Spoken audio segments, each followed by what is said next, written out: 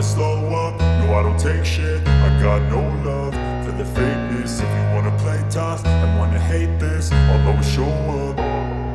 আসসালামু আলাইকুম, জনকল্যাণ মিডিয়ার এখনকার বিশেষ সংবাদে সবাইকে স্বাগতম। শুরুতে জানিয়ে দিচ্ছি সংবাদ শিরোনাম। সারা দেশের সব শিক্ষা প্রতিষ্ঠানে ক্লাস, পরীক্ষা ও প্রশাসনিক কার্যক্রমে লাগাতার সর্বাত্মক কর্মবিরতি।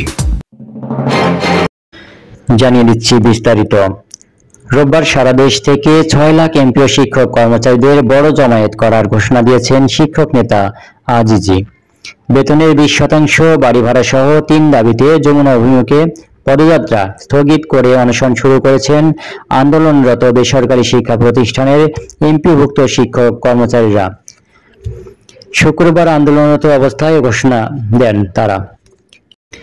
এর আগে বৃহস্পতিবার সন্ধ্যায় শিক্ষা জাতীয়করণ প্রত্যাশী জোটের সদস্য সচিব অধ্যক্ষ দিলাওয়ার হোসেন আজিজি এই ঘোষণা দিয়েছিলেন। তিনি জানান, পদযাত্রা স্থগিত হলেও সারা দেশের সব শিক্ষা প্রতিষ্ঠানে ক্লাস, পরীক্ষা ও প্রশাসনিক কার্যক্রমে লাগাতার সর্বাত্মক কর্মবিরতি চলবে।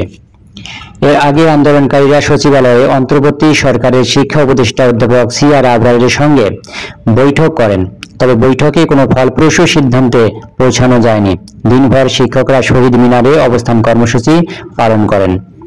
গত 5 অক্টোবর অর্থ মন্ত্রণালয়ের শিক্ষকদের বাড়ি ভাড়া মাত্র 500 টাকা বাড়িয়ে প্রজ্ঞাপন জারি করলে তা প্রত্যাখ্যান করে শিক্ষকরা 3 দফা দাবিতে আন্দোলন শুরু করেন।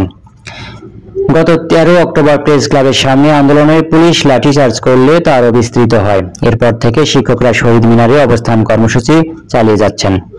15 অক্টোবর শিক্ষকরা শাহবাগ মোড় 2.5 ঘন্টারও বেশি সময় অবরোধ করে রাখেন। পূর্ব ঘোষণা অনুযায়ী বৃহস্পতিবার প্রধান উপদেষ্টার বাসভবন ও রাষ্ট্রীয় অতিথি ভবন যমুনা অভিমুখে পদযাত্রা করার কথা থাকলেও শিক্ষা উপদেষ্টার সঙ্গে বৈঠকের পর সেটি স্থগিতের ঘোষণা দেন তারা। নতুন কর্মসূচি ঘোষণা করে তিনি বলেন, আমাদের নতুন কর্মসূচি হলো 24 ঘন্টা লাগাতার অবস্থান অব্যাহত থাকবে এবং শুক্রবার দুপুর 2টা থেকে আমরণ অনশন শুরু হবে। এরপরও যদি সরকারের বোধোদয় না হয় আমরণ অনশনে যাবেন বলেও জানান তারা।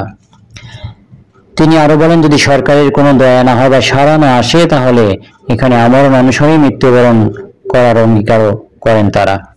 অধ্যক্ষ আজিজি জানান, ক্লাস তো এমনিতে বন্ধ, তবে আগামী রোববার থেকে সারা দেশের সব শিক্ষা প্রতিষ্ঠানে পরীক্ষা সহ সব কার্যক্রম বন্ধ থাকবে। শুরু হবে লাগাতার কর্মবিরতি। দর্শক, এমপিভুক্ত শিক্ষকদের দাবি দেওয়া সংক্রান্ত এই ছিল এখনকার বিশেষ সংবাদ। পরবর্তী সংবাদের আপডেট জানতে চ্যানেলটি সাবস্ক্রাইব করুন, মতামত জানিয়ে দিন কমেন্ট বক্সে। এতক্ষণ সঙ্গে থাকার জন্য অসংখ্য ধন্যবাদ।